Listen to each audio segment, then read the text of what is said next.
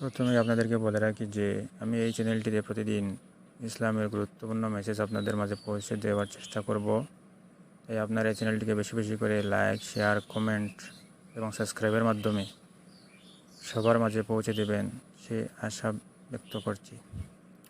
আসুন আমরা সবাই এখন জানি যে কীভাবে জানাজা নিয়মগুলা জানতে পারলে, জানাজা নামাজের নিয়মগুলো জানতে পারলে কীভাবে একজন মানুষ তার আত্মীয় স্বজনের জানাজা পড়াতে পারে, জানাজা নামাজটা পড়াতে পারে।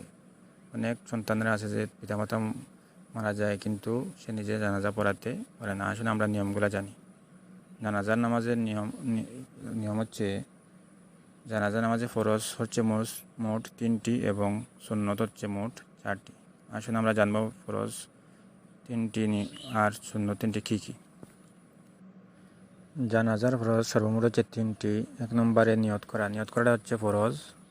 2 নম্বরে 4 তাকবীর বলা, আল্লাহু আকবার বলে আমরা 4টা তাকবীর বলি, এই আল্লাহু আকবার 4 বার বলা কি ফরজ, 4 তাকবীরে 4 বার বলা ফরজ।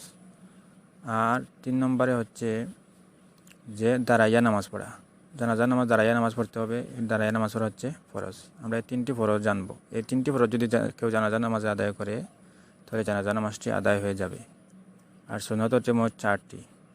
1 নম্বর হচ্ছে যে সে সানা পড়বে, প্রথম তাকবীরে সানা পড়বে, দ্বিতীয় তাকবীরে দুরূদ পড়বে, তৃতীয় তাকবীরে দোয়া পড়বে এবং চতুর্থ তাকবীর শেষে সালাম ফিরাবে। এই হচ্ছে 4টি সুন্নত। এই 3টি ফরজ এবং 4টি সুন্নত যে পালন করবে তার জানাজা নামাজ আদায় হয়ে যাবে। আশা করি আমরা সবাই এ সম্পর্কে বুঝতে পেরেছি।